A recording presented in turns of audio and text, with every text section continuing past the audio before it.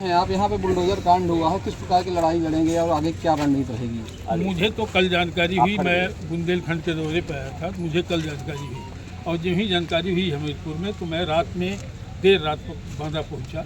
बांदा की meeting there हो करके और मैं पहले सूचना दिया कि मैं यहाँ आऊँगा।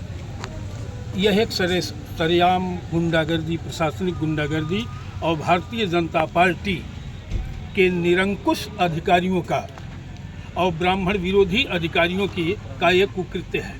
मैं स्थल पर आकर के देखा हूँ कि जिस मकान को यहाँ का एसडीएम या प्रशासनिक अधिकारी यह कह करके कि ये अवैध कब्जा है, गिरवाया है, वह मकान 60-70 साल पुरानी दिख रही है और सिर्फ धानुगाही।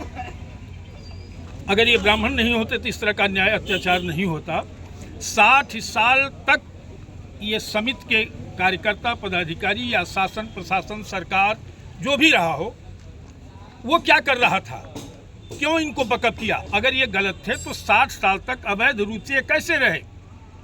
सवाल ये है, जांच का विषय है। दूसरी चीज कि जिस तरह से अमानवीय कृत्य किया गया है, बिना नोटिस दिए, बिना सूचना दिए, उस गरीब ब्राह्मण परिवार का खाद्य सामग्री, पशुओं का भूसा सब दबा दिया गया बिना बताए। कम से कम न्यायालय का आदेश होता है डिस्पोजिशन के लिए, तो न्यायालय विधिक कार्यवाही के तहत प्रतिवादी को नोटिस देता है, 10 दिन 5 दिन का समय देता है।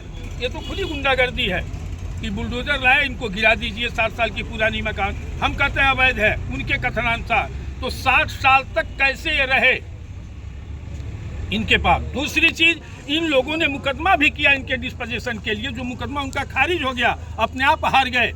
उसके बाद भी यह बल प्रयोग, गुंडागर्दी सरेआम मने यह सरकार को कटघरे में खड़ा करता है और उनके प्रतिनिधि को भी, चाहे वो यहाँ का क्षेत्रीय विधायक हो, चाहे यहाँ जो भी हो प्रतिनिधि, अगर वो आवाज़ इस पीड़ित ब्राह्मण परिवार के साथ नहीं उठाता है जो अन्याय का शिकार हुआ है, मैं मानूंगा कि उन सभी लोगों की सहमत की स्थिति में इस ब्राह्मण को उजाड़ने का कार्य किया गया है।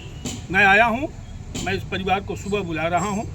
संबंधित अधिकारी और उत्तर प्रदेश के मुखिया से तो मिल पाना कल संभव नहीं है, लेकिन देर सवेर उनसे भी मिलूंगा।